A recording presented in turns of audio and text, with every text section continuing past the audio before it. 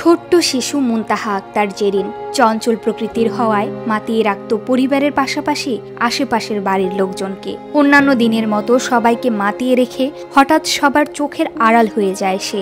৩ November দুপুরে হাতে দুটি আপেল নিয়ে ঘর থেকে বেরিয়ে যায় মুনতাহা। টানা ৭ দিন তার কোনো খোঁজ পাওয়া যায়নি। এর মধ্যে সামাজিক যোগাযোগ মাধ্যমগুলোতে ছড়িয়ে পড়ে মুনতাহার মায়াবী চেহারার ছবি ও ভয়েস যুক্ত ভিডিও।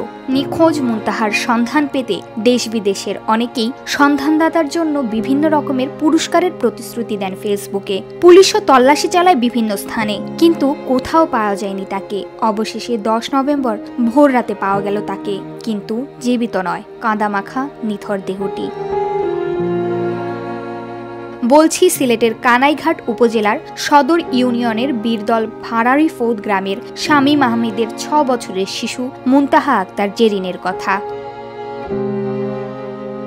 গত ৩ নভেম্বর সকালে নিখোঁজের আগে মুনতাহা আক্তার জেরিন তার বাবা শামীম আহমেদের সঙ্গে স্থানীয় একটি মাদ্রাসার ওয়াজ মাহফিলে গিয়ে বাড়িতে আসে। পরে চিপস খাওয়ার জন্য ৫ টাকা চাইলে তার বাবা চিপস এনে দেন। কিছু সময় পর জোহরের ওয়াক্ত হওয়ায় মসজিদে নামাজে চলে যান শামীম। ওই সময়ে দুটি সবুজ রঙের আপেল হাতে নিয়ে মায়ের চোখ ফাঁকি দিয়ে মুনতাহা ঘর থেকে বেরিয়ে যায়। এরপর থেকেই তার আর কোনো খোঁজ পাওয়া যায়নি।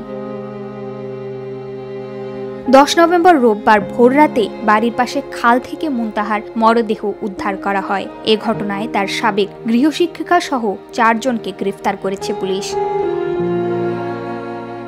গ্রেফতারকৃতরা হলেন কানাইঘাট থানার বীরদল ভাড়ারি ফৌদ গ্রামের মৃত ময়না মিয়ার স্ত্রী আলিফ জান ও আলিফ জানের মেয়ে গৃহশিক্ষিকা শামীমা বেগম মার্জিয়া, একই এলাকার ইসলাম উদ্দিন ও নাজমা বেগম। সোমবার ১১ নভেম্বর তাদের ৫ দিনের রিমান্ড মঞ্জুর করেছে আদালত।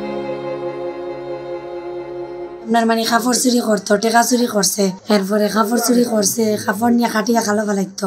ও পর থাকি আমার আব্বাই কইছেন যে এগিয়ে তো আমার ফুরির লগে আমার ফুরির কাপড় চুরি করছে, দুশ্মনী করবো, কোন দিন গরম নিয়ে কিতা খাওয়াইয়া মারি নিব, আমার ফুরি আর দিও না, ও বাদ থাকি আর দেই না। না বাদ দেওয়ার পরে মানে আমরা কাপড় চুরির পরে আমরা গেট লাগাইয়া রাখতাম। বা এর আগে তাই প্রতিদিন ৬-৭ বার রাত্রে হইতা, মানে গড়ে একবার যেটা আমরা গড়ে একবার হইতা। ও লানু আইসুন গেছেন কাপড় চুরির পর থেকে তাই নাইতে চাই না, আমরা আর ঢুকাই না।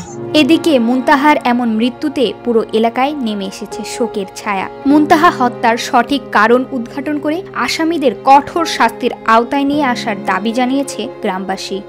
মেয়েটারে মারছে যারা খুনিরা ফাঁসি চাই, যারা জড়িত আছেন ইতিমধ্যে অবিলম্বে গ্রেফতার চাই। সালাম আলাইকুম। ও সামান্য বিরোধীর দায় ওতে একটু ঘটনা আহ্বান করেছে, ওকে মারছে, ওকে অন্তরে ডাক দিয়ে নিচে তাই তা মারছে, মারিয়া ও তো লাশ বাড়াইছে কিন্তু আমার জানা।